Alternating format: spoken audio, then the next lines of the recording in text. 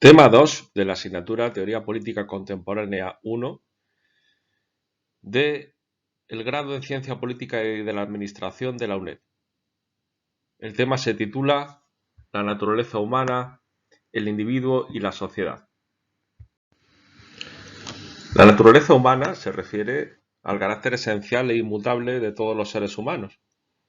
Pone de relieve lo que es innato y natural en la vida humana en contraposición a lo que los seres humanos hayan adquirido a través de la educación, de la cultura o de la experiencia social.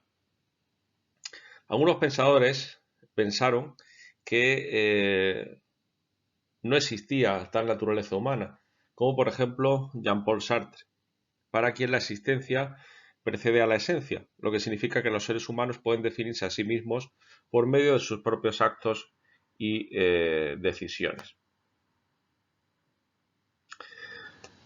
Hay que tener en cuenta que siempre las teorías políticas y sociales deben construirse sobre la base de un concepto preestablecido de la naturaleza humana. El debate de naturaleza versus cultura precisamente pone de relieve qué es más importante, si la dimensión biológica del ser humano, su carga genética y hereditaria, o por el contrario, la cultura adquirida a través de la educación y la socialización. La ciencia política tiene su origen en las ciencias naturales, como le ocurre a buena parte de las ciencias sociales, sobre todo en la biología, destacando la teoría de la selección natural de Darwin. La primera teoría o el primer intento de llevar al terreno de la sociedad la teoría darwinista es de Herbert Spencer, quien formula el darwinismo social que defiende la supervivencia de los más aptos. En este sentido, el éxito y el fracaso, la riqueza y la pobreza, están determinados biológicamente. Estas ideas influyeron mucho en el liberalismo clásico, dándole una base biológica para oponerse a la intervención del Estado en la vida económica y social.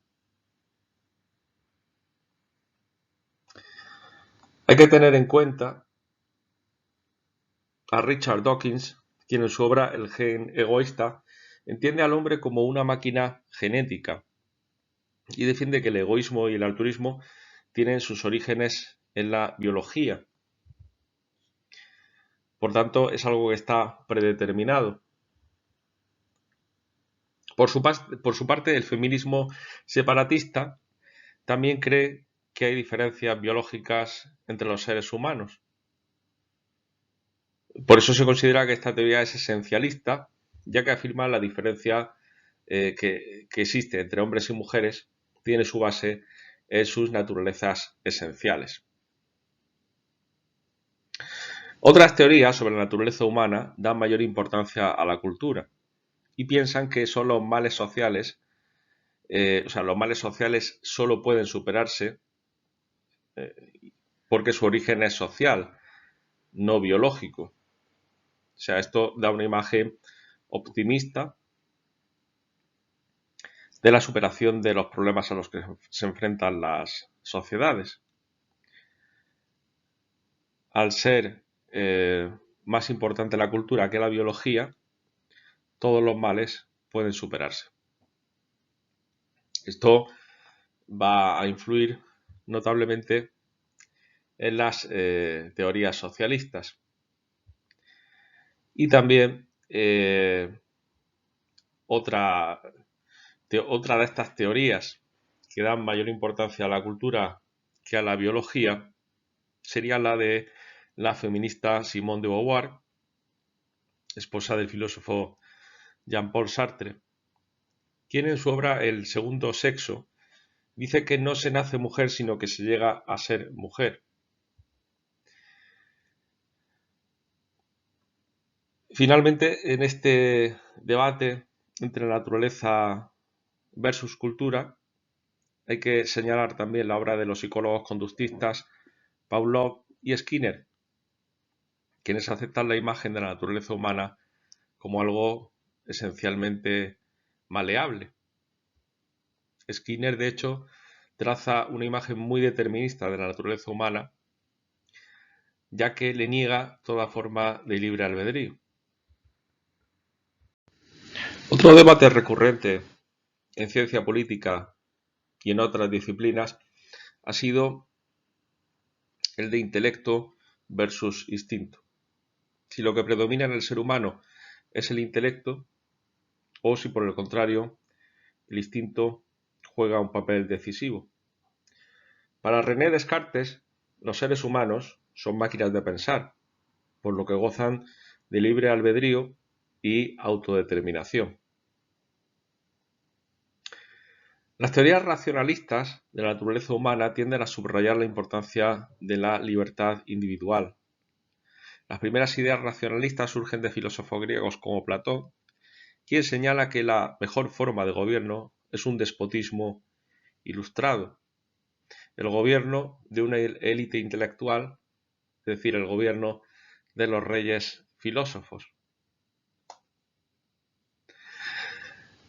Thomas Hobbes representa una visión pesimista de la naturaleza humana que lo lleva a la conclusión de que solo un gobierno fuerte y autocrático puede impedir que la sociedad se hunda en el caos y en el desorden. Por su parte, Konrad Lorenz sostiene que la agresión es una forma de comportamiento biológicamente adaptado, que se ha desarrollado a lo largo del proceso evolutivo.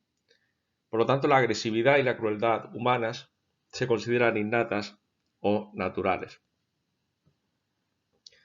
Sigmund Freud diferencia entre la mente consciente, que es aquella que realiza cálculos y juicios racionales, de la mente inconsciente, que alberga memorias reprimidas y una serie de poderosos impulsos psicológicos. Otra de las dicotomías que nos planteamos es aquella que se establece entre el individuo y la sociedad. Podemos decir que los individuos son criaturas autónomas que actúan de acuerdo con la elección personal antes que como miembros de la sociedad. Y la sociedad, en teoría política, suele entenderse como sociedad civil, como sinónimo de sociedad civil, que en su forma original se refería a una comunidad política que vive en un ordenamiento legal y muestra una lealtad común al Estado. Hay varias teorías acerca de la sociedad. Así tenemos la teoría individualista, la teoría organicista y la teoría pluralista. Estas teorías se ocupan de la interacción que existe entre la política, la sociedad y el individualismo. Según la primera de ellas, la teoría individualista, la sociedad es un artefacto humano construido por los individuos para servir a sus intereses y propósitos, pudiendo llegar esta idea a la creencia que ya expresó Margaret Thatcher de que la sociedad no existe. Por lo tanto, el Estado solo sería necesario para garantizar el orden público. Esta teoría se ha descrito también como atomista, ya que supone que la sociedad no es más que un conjunto de unidades o átomos individuales. Esta noción de sociedad se basa en una firme creencia en el consenso, en el acuerdo, en la creencia de que hay un equilibrio natural entre los individuos y grupos que compiten en la sociedad. La teoría de la mano invisible, que opera en el mercado, esta teoría de Adam Smith, referida en su obra La riqueza de las naciones, es interpretada en el siglo XX mediante lo que Hayek llama el orden espontáneo de la vida económica. Thomas Jefferson, por ejemplo, decía que el mejor gobierno es el que gobierna menos. Y ese pensamiento resume esta teoría individualista. La segunda teoría, la teoría organicista, refiere que la sociedad puede operar como un todo orgánico, mostrando propiedades que normalmente se asocian con organismos vivos. Esto implica un enfoque de conjunto de la sociedad. Ya algunos antropólogos han elaborado una visión precisamente funcionalista de la sociedad, donde cada individuo cumple una función, y esta teoría presupone que toda actividad social realiza algún tipo de función en el mantenimiento de las estructuras básicas de la sociedad. Algunos pensadores políticos han defendido la visión orgánica de la sociedad, especialmente los conservadores tradicionales y los fascistas. Desde el organicismo se tiende a legitimar el orden moral y social que existe. Las instituciones como la familia, la iglesia y la aristocracia sirven desde este punto de vista para garantizar la estabilidad social, y además este punto de vista implica que la sociedad es naturalmente jerárquica, que existen por naturaleza jerarquías, al igual que existen en la naturaleza. Y los diferentes elementos de la sociedad tienen cada uno de ellos una función específica igualmente importante, pero cumpliendo funciones y atendiendo a fines completamente distintos. La tercera teoría es la teoría pluralista, que trata sobre el conflicto entre los diversos grupos e intereses de la sociedad. Las teorías individualistas y orgánicas de la sociedad suponen la existencia de un consenso social subyacente, mientras que esta teoría, la teoría pluralista, que se opone a estas dos anteriores, resalta la función del conflicto. Los pluralistas no consideran que tal conflicto sea fundamental porque creen que un sistema político abierto y competitivo es capaz de asegurar el equilibrio social y evitar el hundimiento. La teoría del conflicto social más influyente ha sido el marxismo, que cree que las raíces del conflicto social se encuentran en la existencia de la propiedad privada, lo que conduce a un conflicto de clases. Desde el marxismo, la política no es un proceso para equilibrar intereses contrapuestos, sino un medio para perpetuar la explotación de clase.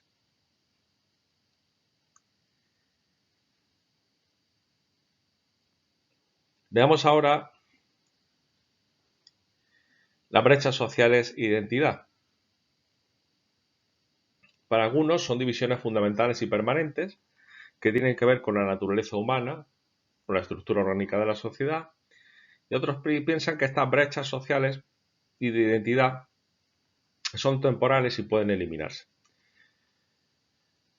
Los teóricos políticos contemporáneos prefieren el lenguaje de la identidad y la diferencia al de las brechas sociales, ¿vale? O sea, que hacen lo que se ha llamado política de la identidad o política de la diferencia. La identidad liga al individuo con lo social, ya que ve al individuo como incrustado en un contexto cultural, social, institucional e ideológico concreto. La identidad supone la diferencia, así como la conciencia de la diferencia agudiza y clarifica nuestro sentido de la identidad. Es lo que se conoce como política del reconocimiento. El enemigo central de la política de identidad es el universalismo liberal, la creencia en que la gente tenemos la misma entidad esencialmente, es decir, que todos los habitantes de la Tierra, todos los individuos, tenemos un común denominador bastante parecido. El liberalismo es ciego a la diferencia, por lo que los partidarios de la política de la identidad sostienen que, al prescindir de la diferencia, los liberales universalistas han construido un modelo abstracto de naturaleza humana. O sea, la política de la identidad critica al liberalismo por su creencia en ese universalismo que para los de la política de identidad conlleva la creación de un modelo abstracto de naturaleza humana.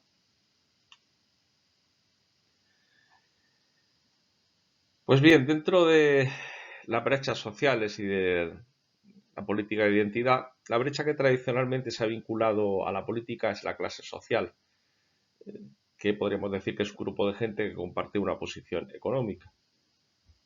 Marx dice que las clases son los actores políticos principales que poseen la capacidad de cambiar la historia. Postmarxistas como Laclau y Muffe aceptan que ya no es posible sostener la prioridad que tradicionalmente se ha otorgado a la clase social ni la posición central de la clase trabajadora en la tarea de promover el cambio.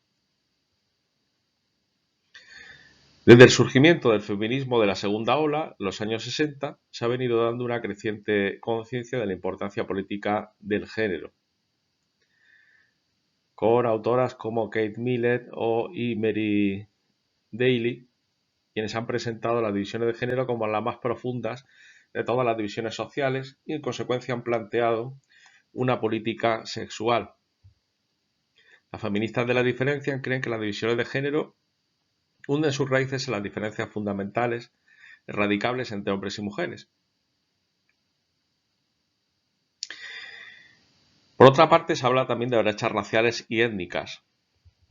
En la práctica, las categorías raciales se basan en gran medida en estereotipos culturales, por lo que muchos autores prefieren el término de etnia, que más que una cuestión racial se refiere a diferencias culturales, lingüísticas y sociales, sin un fundamento biológico. Las primeras teorías políticas de carácter racial se formularon en el siglo XIX por el conde de Gobineau en su ensayo sobre la desigualdad de las razas humanas, y Chamberlain en su obra Fundamentos del siglo XIX, que proporcionaron una base para justificar el predominio de las razas blancas europeas. Desde los años 60 hay un resurgimiento del movimiento por los derechos civiles bajo la figura de Martin Luther King, así como la aparición de organizaciones como el Poder Negro y los musulmanes negros bajo la dirección de Malcolm X. Otra de las brechas sociales es la religión, que ejerce una inmensa influencia en la vida política, a pesar de que en Occidente se ha producido un evidente secularismo. Desde finales del siglo XX, la religión ha alcanzado una mayor importancia, quizá como reacción contra el materialismo y la amoralidad o inmoralidad de la sociedad secular. El fundamentalismo musulmán ha transformado la política de muchas partes, como el norte de África, Oriente Medio y Asia Central.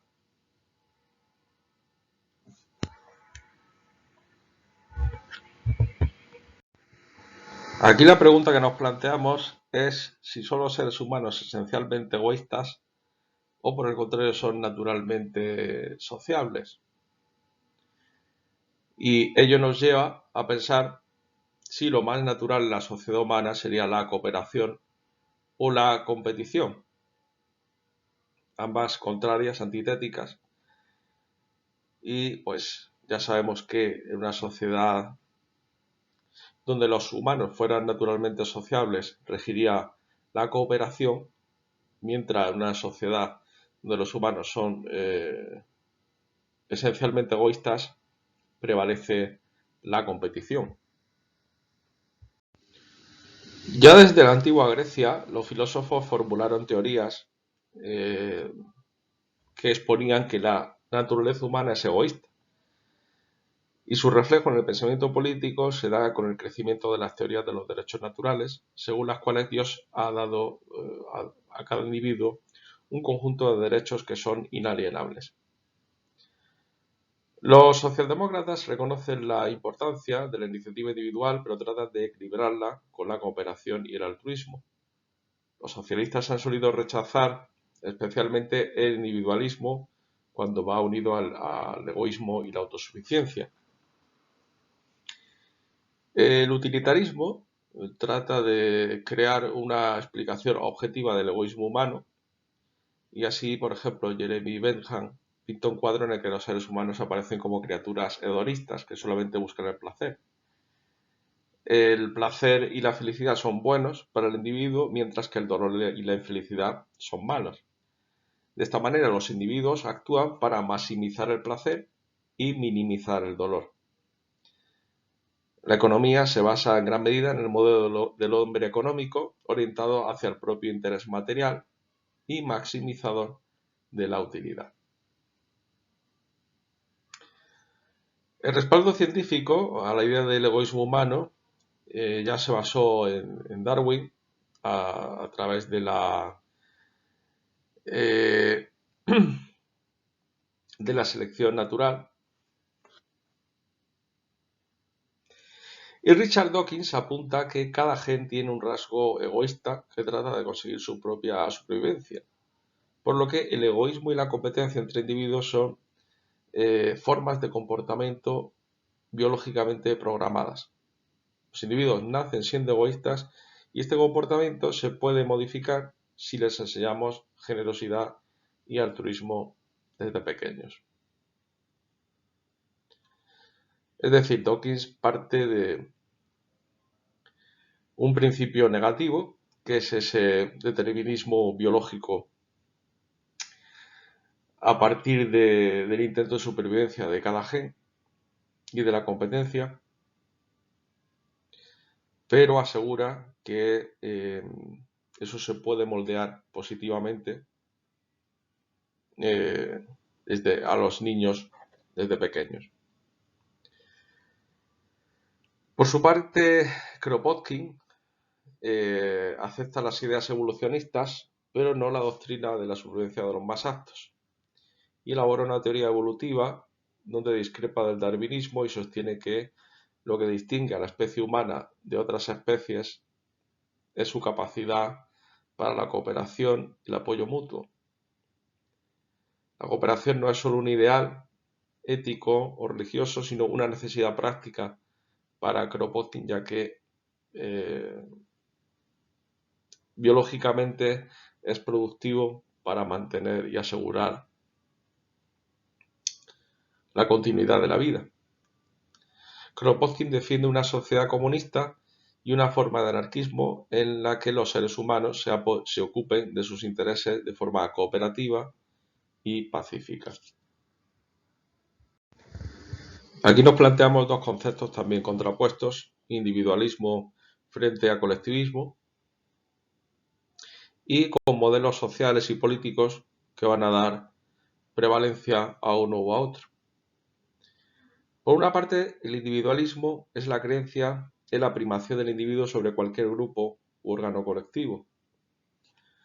Algunos pensadores piensan que el individualismo y el colectivismo son opuestos, totalmente opuestos, mientras que otros creen que son complementarios, que esas dos circunstancias pueden convivir perfectamente. Los primeros liberales expresaron su individualismo a través de la doctrina de los derechos naturales, que sostiene que la organización social tiene como finalidad principal proteger esos derechos. Macpherson acuñó el término de individualismo posesivo, donde habla del individuo como alguien esencialmente propietario de su propia persona y de sus capacidades y que no debe nada por ello a la sociedad. Herbert Hoover, en su filosofía El individualismo rudo, forma extrema del individualismo, que tiene su origen en el liberalismo clásico, considera al individuo prácticamente al margen de la sociedad y en consecuencia desprecia la importancia de la comunidad.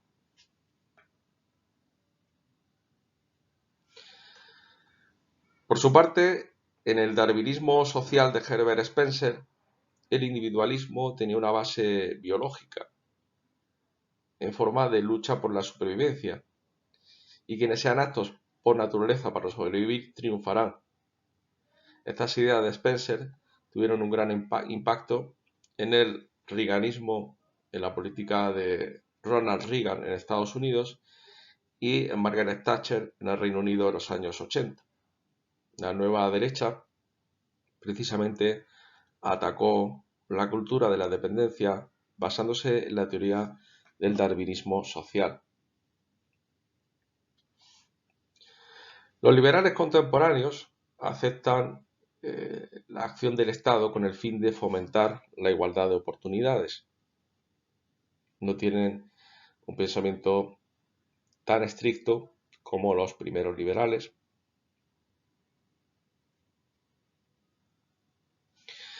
Y en cuanto al colectivismo,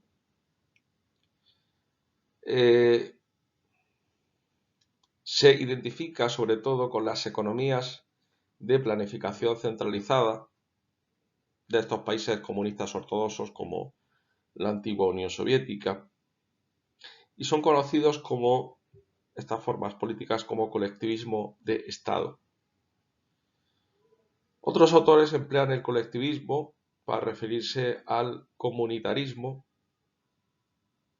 donde tendría prevalencia la comunidad antes que el individuo, y es una idea con connotaciones libertarias, como en el caso del anarquismo colectivista de Mikhail Bakunin. También colectivismo se entiende a veces como sinónimo de socialismo.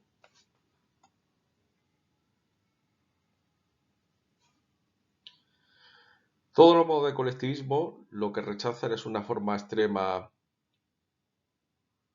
del individualismo, y los teóricos de la nueva derecha tienden a presentar el intervencionismo estatal como una prueba de colectivismo. El crecimiento del bienestar social, el avance de la gestión económica y la ampliación de las nacionalizaciones se ha interpretado por algunos como el ascenso del colectivismo.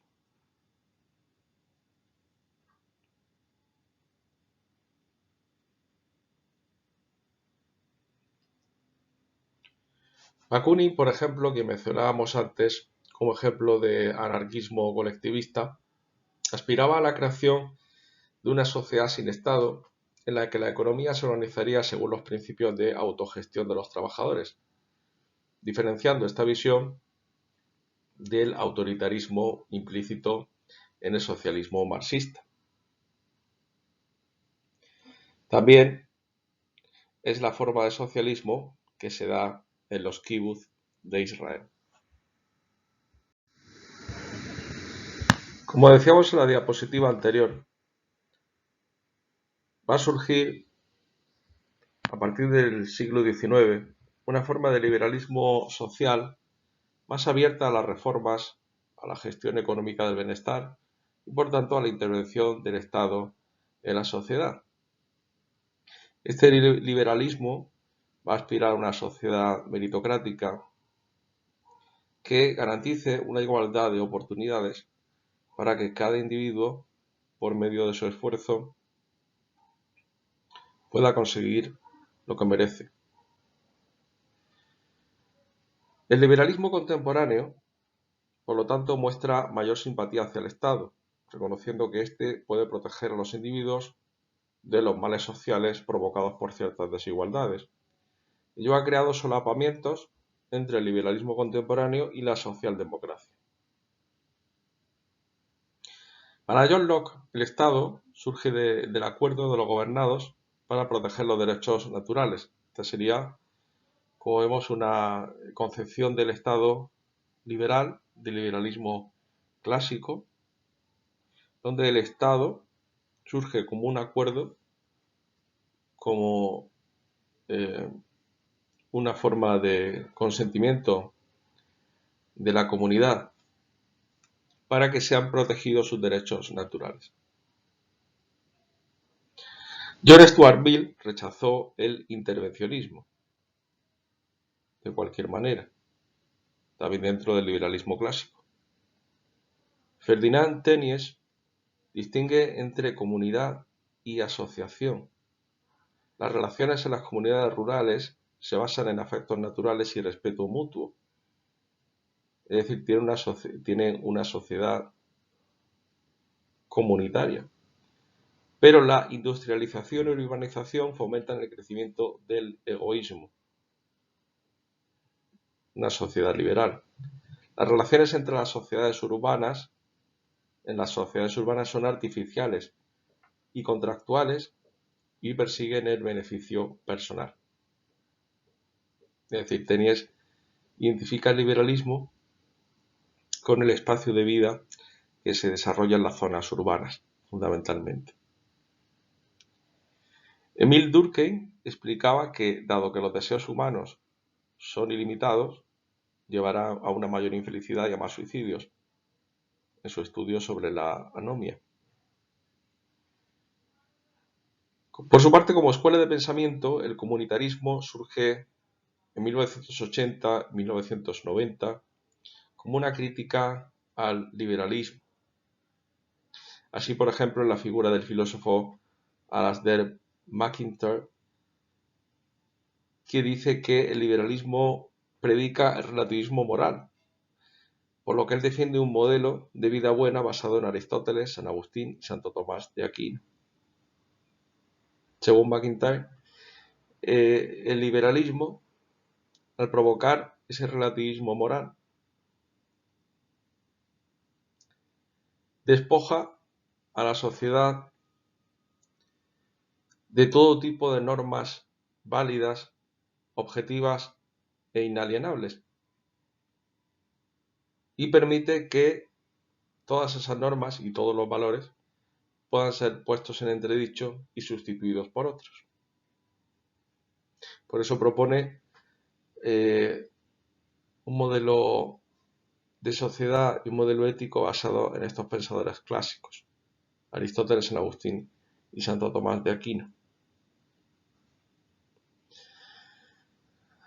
Michael Sandel critica el individualismo y defiende concepciones de la vida firmemente enraizadas en comunidades.